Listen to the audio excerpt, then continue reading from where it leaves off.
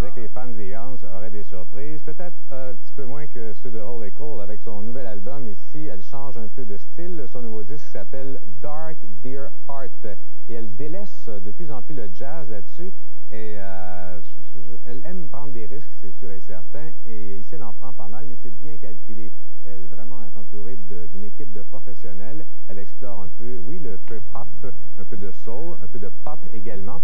C'est fait avec toute la sensibilité qu'on lui connaît. Elle n'écrit pas de chansons, mais les gens qui écrivent pour elle, elle a vraiment le don d'aller choisir du Joni Mitchell, Mary Margaret O'Hara, et aussi une chanson de Sheryl Crow, une version surprenante d'une tune des Beatles, qui est le single présentement, qui s'appelle I've Just Seen a Face de leur vieux disque Rubber Soul. C'est vraiment un très bon album, je vous le conseille.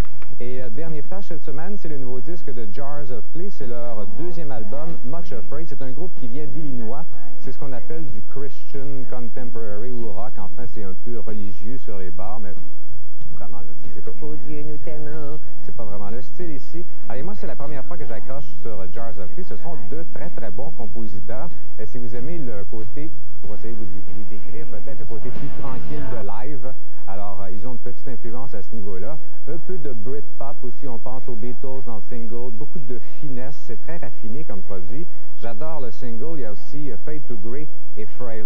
La deuxième moitié de l'album, là, j'ai comme un peu débarqué. Ça devient un peu gentillet pop.